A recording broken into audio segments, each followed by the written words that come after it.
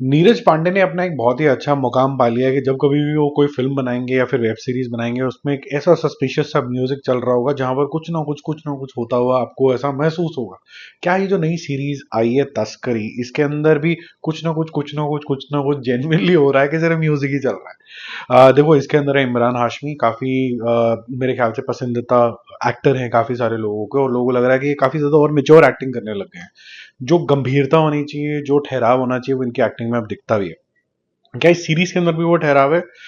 कहानी कुछ इस तरीके की है, समझ लीजिए कि इमरान हाशमी और बहुत सारे ऐसे कस्टम के ऑफिसर्स हैं जिनको तस्करी रोकनी है, और इस बारी तस्करी का नाम सुन के थोड़ा सा हिंदी का शब्द सुन के ये मत सोचना कि जहाज से कुछ आ रहा है, समुद्री जहाज, वहां से किसी कुछ पकड़ना है। ये आ रहा है एयरप्लेन, एयरप्लेन से एयरपोर्ट में इनोवेटिव तरीके से किस तरीके से लोग अपना अपना सामान लेके आते हैं ताकि वो कस्टम ड्यूटी से बच पाए। तो कस्टम ड्यूटी से कैसे सारा खेल हटाएंगे ये, और इसका बॉस जो है ये सब करने लगेंगे।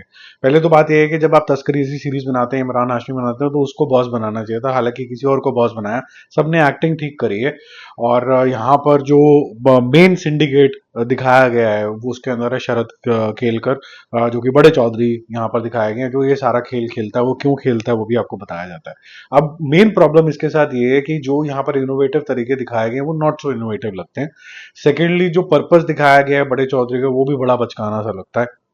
और तीसरी चीज ये है कि हर एक जो मूवी या सीरीज होती है उसकी एक टोन होती है कि ये डार्क ह्यूमर है, ये सीरियस है, ये कॉमिक है, ये एक आपको सीरियस मैसेज कॉमिक टोन में देके चले जाएगी, या फिर ये हॉरर कॉमेडी है।